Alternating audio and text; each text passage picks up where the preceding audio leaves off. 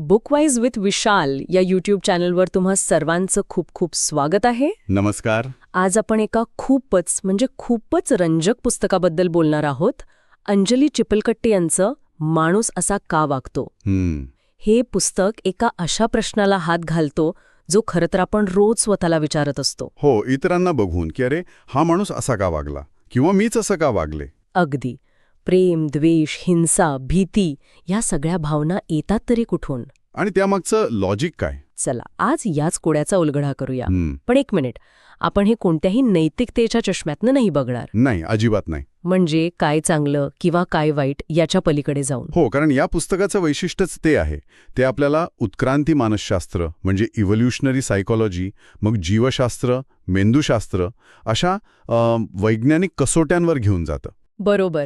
म्हणजे आजच्या चर्चेचा उद्देश हाच आहे की माणसाच्या वागण्याकडे सरळसोट लेबल न लावता त्यामागे दडलेली म्हणजे लाखो वर्षांची जैविक कारणं समजून घेणं. अगदी बरोबर.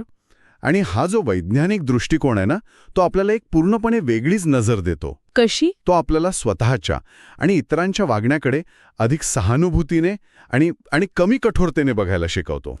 पुस्तकाचा मूळ विचार असा आहे की आपण जरी आजच्या या 21व्या शतकात जगत असलो, स्मार्टफोन, फ्लायओव्हर्स सगळं आहे. हो. पण आपला मेंदू तो अजूनही लाखो वर्षांपूर्वीच्या त्या शिकारी संकलक म्हणजे हंटर गॅदरर अवस्थेतच अडकलेला आहे. अच्छा.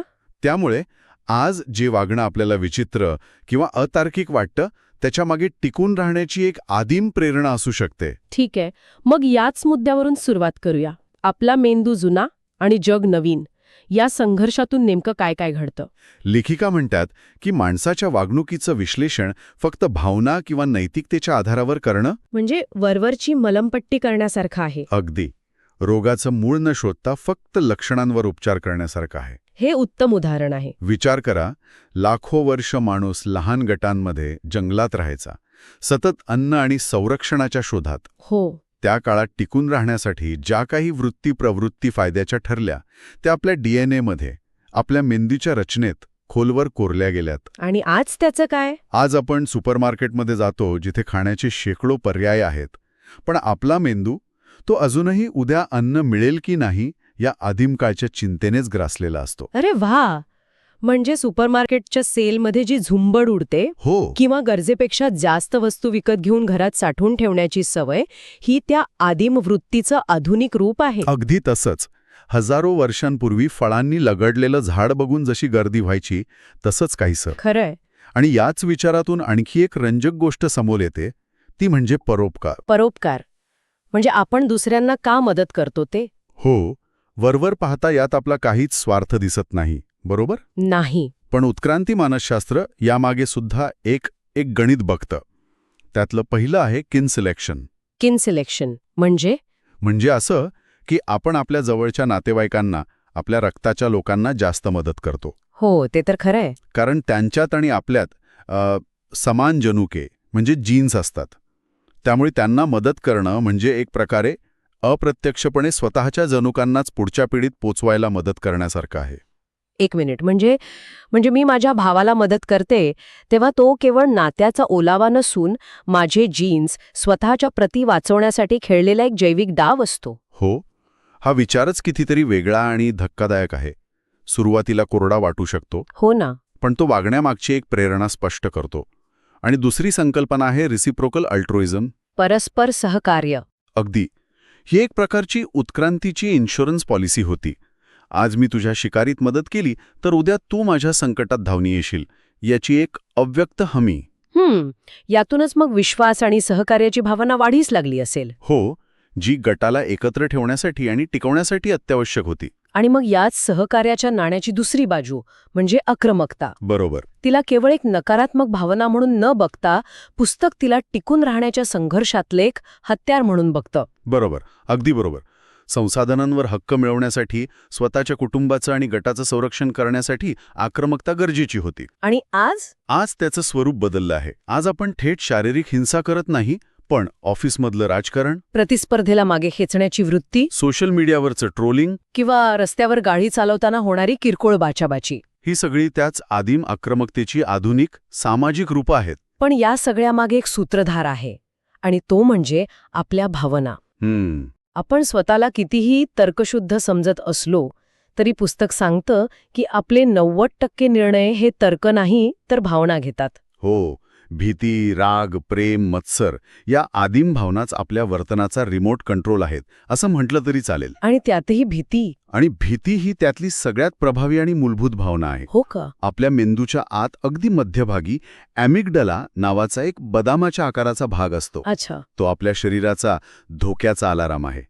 तो इतका वेगवान आहे की धोका दिसल्या क्षणी विचार करण्याची प्रक्रिया सुरू होण्याआधीच तो शरीराला पळा किंवा लढा म्हणजे फाईट ऑर फ्लाईट मोडमध्ये टाकतो. अंधारात दोरीला साप समजून घाबरणं हे त्याचं उत्तम उदाहरण आहे. अगदी हजारो वर्षांपूर्वी जंगलात हे नक्कीच जीव वाचवणारं ठरलं असेल. हो, विचार करत बसण्यापेक्षा लगेच प्रतिक्रिया देणं महत्वाचं होतं. पण आजच्या जगात हाच अलार्म विनाकारण वाजत नाही का? नेमका हाच मुद्दा आहे. आज खरा साप येण्याची शक्यता कमी आहे, पण हाच ॲमिग्डला आता नवीन धोके ओळखतो. जसे की दुसऱ्या गटाची व्यक्ती, वेगळ्या विचारांचा माणूस, अनोळखी परिस्थिती या सगळ्यांना तो संभाव्य धोका म्हणून ओळखतो. अरे बापरे. आणि यातूनच पूर्वग्रह, संशय आणि गटागटांमधल्या द्वेषाची ठिणगी पडते. कारण आपला मेंदू अजूनही आपल्या गटातला आणि बाहेरचा हा फरक खूप वेगाने ओळखतो. आणि यालाच जोडून मुद्दा येतो तो धारणेचा, म्हणजे परसेप्शनचा. आपल्याला वाटतं की आपण जग जसं आहे तसं बघतो. पण पुस्तक सांगतं की हे खोटं आहे. म्हणजे आपण जग आपल्या अनुभवांच्या, संस्कारांच्या आणि पूर्वग्रहांच्या फिल्टरमधून बघतो. अच्छा. अगदी. म्हणूनच एकाच राजकीय घटनेकडे दोन वेगवेगळ्या पक्षाचे लोक पूर्णपणे विरुद्ध नजरेने पाहू शकतात. खरंय, त्यांच्यासाठी त्यांची धारणा हेच वास्तव असतं. आणि हे एकदा समजलं की मीच बरोबर आणि समोरचा मूर्ख किंवा वाईट आहे, हा आपला अट्टहास किती पोकळ आहे हे लक्षात यायला लागतं. जर ही चर्चा आपल्याला आपल्या आणि इतरांच्या वागण्याबद्दल नवीन काहीतरी सांगून जात असेल तर कृपया या व्हिडिओला लाईक करा, आपल्या मित्रमैत्रिणींसोबत शेअर करा, जेणेकरून तेही या माहितीत सहभागी होतील. आणि अशाच पुस्तकांच्या सखोल विश्लेषणासाठी बुकवाईज विथ विशालला सबस्क्राईब करायला विसरू नका. आता एका मोठ्या आणि थोड्या वादग्रस्त प्रश्नाकडे वळूया. नैतिकता. नैतिकता. चांगलं काय आणि वाईट काय हे आपल्याला कोण शिकवतं? समाज, धर्म, की हे आपल्या आतूनच येतं? लेखिका म्हणतात की याची मुळं आपल्याला पुन्हा एकदा उत्क्रांतीतच सापडतात. अच्छा. हो, संशोधनातून असं दिसलं आहे की अगदी लहान मुलांमध्ये आणि काही प्राण्यांमध्येही न्याय अन्यायाची एक प्राथमिक भावना असते. म्हणजे कुणाला कमी दिलं आणि कुणाला जास्त हे त्यांना कळतं. याचा अर्थ गटात टिकून राहण्यासाठी सहकार्य आणि न्याय गरजेचा आहे ही भावना जैविक पातळीवर आपल्यात कुठेतरी रुजलेली आहे. पण नैतिकतेचे नियम ते तर बदलतात ना? हो, ते मात्र लवचिक असतात. ते समाज आणि संस्कृतीनुसार बदलतात. म्हणजे कसं? एखादं उदाहरण? उदाहरणार्थ, काही पूर्वेकडील समाजांमध्ये सामूहिक हित आणि कुटुंबाप्रती असलेलं कर्तव्य ह्याला जास्त महत्त्व दिलं जातं, तर पाश्चात्य देशांमध्ये वैयक्तिक स्वातंत्र्य आणि हक्कांना सर्वोच्च मानलं जातं. बरोबर. त्यामुळे नैतिकतेच्या नावावर होणारे जागतिक संघर्ष हे अनेकदा दोन वेगवेगळ्या सांस्कृतिक धारणांमधले संघर्ष असतात. कुणीच पूर्णपणे चुकीचं नसतं, फक्त त्यांचे प्राधान्यक्रम वेगळे असतात. आणि याच नैतिकतेच्या संकल्पनेशी जोडलेला आहे धर्म. हो, पुस्तकात धर्माकडे केवळ श्रद्धा किंवा अंधश्रद्धा म्हणून न बघता एक मानवी गरज म्हणून पाहिलं आहे. ही एक वेगळी दृष्टी आहे. अगदी. विचार करा, आदिम माणसासमोर किती अनिश्चितता होती. नैसर्गिक आपत्ती, रोगराई, मृत्यूची भीती. कशावरच नियंत्रण नव्हतं. हो, ह्या असहाय्यतेतून आणि गोंधळलेल्या जगात काहीतरी अर्थ शोधण्याच्या गरजेतून एका मोठ्या अदृश्य शक्तीची कल्पना जन्माला आली. त्यातून धर्म निर्माण झाला. आणि त्याने काय दिलं? धर्माने लोकांना एकत्र आणलं, समान नियम दिले आणि जगण्यासाठी एक आशेचा किरण दिला. तो एक सामाजिक गोंद म्हणजे सोशल ग्लू म्हणून काम करत होता. पण त्याचवेळी लेखिका धोक्याचा इशाराही देतात की धर्माचा वापर सत्तेसाठी, नियंत्रणासाठी आणि आपण विरुद्ध ते अशी विभागणी करण्यासाठी कसा केला जातो. हो, हेही तितकंच खरं आहे. जो धर्म आधार देऊ शकतो तोच जर प्रश्न न विचारता स्वीकारला तर तो हिंसेचा आणि द्वेषाचा सर्वात मोठं कारणही बनू शकतो. आपण आत्तापर्यंत संघर्ष, गटबाजी आणि नियंत्रणाबद्दल बोललो, पण याच उत्क्रांतीने माणसाला जोडणारी, सहकार्य करायला लावणारी कोणती शक्ती दिली? इथेच प्रेम आणि लैंगिकतेचा मुद्दा येतो, ज्यामागे ही एक विज्ञान आहे. प्रेम हे विज्ञान आहे? बरोबर. प्रेम ही केवळ कवींची कल्पना नाही, तर ते एक रसायनशास्त्र आहे. अच्छा. जेव्हा आपण कुणाच्या प्रेमात पडतो किंवा आपल्या मुलाला जवळ घेतो, तेव्हा आपल्या मेंदूत ऑक्सिटोसिन, डोपामिन यांसारख्या रसायनांचा पूर येतो.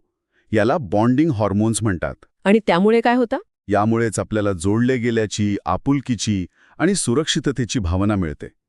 उत्क्रांतीच्या दृष्टीने हे महत्त्वाचं होतं, कारण यामुळे जोडीदार एकत्र राहून मुलांचं संगोपन करत, ज्यामुळे मानवी वंश पुढे जात राहिला. आणि लैंगिकतेबद्दल समाजात जे प्रचंड मोठे टॅबू आहेत, त्यावर लेखिका काय भाष्य करतात? लेखिका स्पष्टपणे मांडतात की लैंगिकता ही माणसाची एक मूलभूत जैविक प्रेरणा आहे, पण प्रत्येक समाजाने त्यावर नियंत्रणासाठी स्वतःचे नियम आणि बंधनं लादली. आणि त्यामुळे या नियमांमुळे अनेकदा माणसाच्या नैसर्गिक प्रवृत्तीशी संघर्ष निर्माण होतो. या संघर्षामुळे अपराधभाव, मानसिक दडपण आणि समाजात एक प्रकारची दांभिकता वाढते. म्हणजे लैंगिकतेकडे एक नैसर्गिक आणि सहज मानवी अनुभव म्हणून पाहण्याची गरज आहे म्हणे. हो, त्या हेच पुन्हा पुन्हा अधोरेखित करतात. आणि जिथे प्रेम आहे तिथे द्वेष आणि हिंसाही आहे. हिंसा मानवी स्वभावाचाच एक भाग आहे का? यावर पुस्तकात सविस्तर चर्चा आहे, आणि उत्तर असं आहे की हिंसा पूर्णपणे नैसर्गिकही नाही आणि पूर्णपणे शिकवलेलीही नाही. म्हणजे दोन्हीचा परिणाम आहे. हो, आपल्यात हिंसक होण्याची क्षमता आहे, पण ती क्षमता वास्तवात उतरेल की नाही हे परिस्थितीवर अवलंबून असतं. कोणत्या परिस्थितीवर? संसाधनांची टंचाई, सत्तेसाठी स्पर्धा, अपमानाची भावना किंवा आपल्या गटाला धोका आहे असं वाटणं, यांसारख्या गोष्टी हिंसेला खतपाणी घालतात.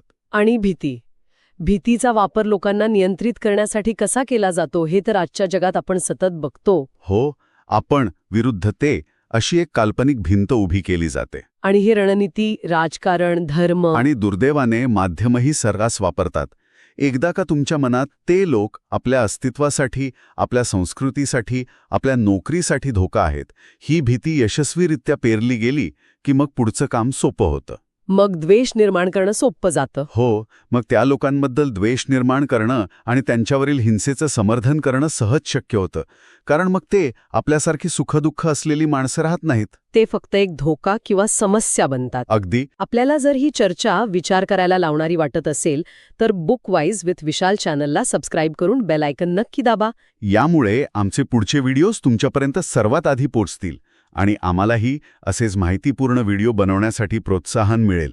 याच आपण विरुद्ध ते मधून पुढचा मुद्दा येतो, तो म्हणजे गटमानसशास्त्र.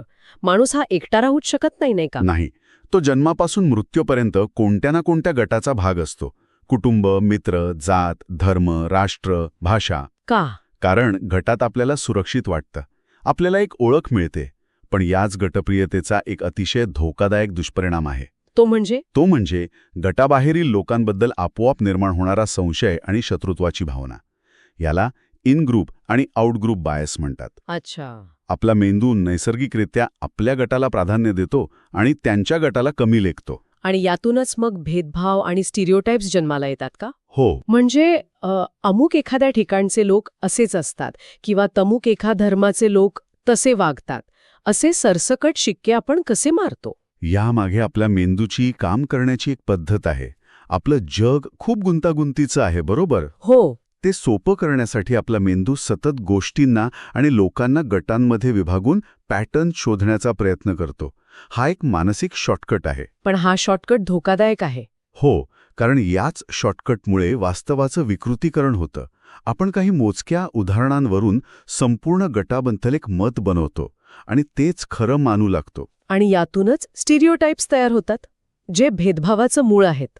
बरोबर. आणि या चर्चेतला शेवटचा पण माझ्या मते सर्वात महत्वाचा आणि तितकाच अस्वस्थ करणारा मुद्दा, अनुपालन किंवा कन्फॉर्मिटी. हो, गटाच्या किंवा समाजाच्या दबावाखाली येऊन वागणं. यावर अनेक प्रसिद्ध मानसशास्त्रीय प्रयोग झालेत, नाही का? हो, झालेत. आणि त्या सगळ्यांचा निष्कर्ष जवळपास सारखाच आहे. तो म्हणजे बहुतेक लोक, जरी त्यांना एखादी गोष्ट 100% चुकीची वाटत असली तरी गटापासून वेगळं पडण्याचं किंवा एकटं पडण्याच्या भीतीने बहुमताच्या मताशी सहमत होतात. हे खूपच धक्कादायक आहे. म्हणजे चुकीच्या गोष्टीला होकार देण्यामागे लोकांची क्रूरता नसते, नाही, तर एकटे पडण्याची आदिम भीती असते. अगदी बरोबर. गटाने वाळीत टाकणे हे हजारो वर्षांपूर्वी मृत्यूच्या शिक्षेसारखे होते आणि ती भीती आजही आपल्यात कुठेतरी जिवंत आहे. आणि याचा अर्थ काय मग? याचा अर्थ असा की समाजात होणारा मोठा अन्याय किंवा हिंसा ही काही मुठभर क्रूर लोकांच्या कृत्यांमुळे होत नाही, तर ती बहुसंख्य चांगल्या लोकांच्या शांत राहण्यामुळे किंवा गटाच्या दबावाला बळी पडल्यामुळे घडते. अगदी. म्हणूनच लेखिका स्वतःचा विवेक वापरण्याची, प्रश्न विचारण्याची आणि जे योग्य वाटतं त्यासाठी एकटं का होईना पण उभं राहण्याची गरज पुन्हा पुन्हा सांगतात. कारण गटाचा दबाव झुगारून देण्याची हिंमतच समाजाला चुकीच्या मार्गावर जाण्यापासून रोखू शकते. तर मग या सगळ्याचा अर्थ काय? माणूस असा का वागतो? हे पुस्तक माणसाच्या वर्तनाचे शास्त्रीय, सामाजिक आणि भावनिक पैलू एकत्र गुंफून आपल्या विचारांना एक नवी दिशा देतं. हो. हे आपल्याला स्वतःच्या भावना, पूर्वग्रह आणि प्रतिक्रियांना तपासण्यासाठी प्रवृत्त करतं. या पुस्तकाचा गाभा हाच आहे की मानवी स्वभावाची ही गुंतागुंत समजून घेतल्याशिवाय आपण आपल्या वैयक्तिक आणि सामाजिक समस्या सोडवू शकत नाही. बरोबर. हे पुस्तक वाचकाला अधिक समजूतदार, सहानुभूतीपूर्ण आणि विवेकी बनण्याची एक संधी देतं. ते आपल्याला सांगतं की आपल्या आत एक आदिमानव दडलेला आहे, त्याला समजून घ्या, पण त्याच्या आहारी जाऊ नका. आणि आजच्या चर्चेच्या शेवटी श्रोत्यांसाठी एक विचार. या पुस्तकातून आपण शिकलो की आपला मेंदू नैसर्गिकरित्या आपण विरुद्ध ते असे गट तयार करतो. हो. तर मग विचार करा की आपल्या दैनंदिन जीवनात, ऑफिसमध्ये, मित्रमैत्रिणींमध्ये, अगदी कुटुंबातही असे कोणते नकळत तयार झालेले आपले आणि त्यांचे गट आपल्या निर्णयांवर आणि दृष्टिकोनावर प्रभाव टाकत असतील? विचार करण्यासारखा प्रश्न आहे. तुम्हाला पुढच्या एपिसोडमध्ये कोणत्या पुस्तकाचा सारांश ऐकायला आवडेल? तुमच्या सूचना कमेंट्समध्ये नक्की सांगा. कदाचित तुमची निवड पुढच्या वेळी फीचर केली जाईल. धन्यवाद. धन्यवाद.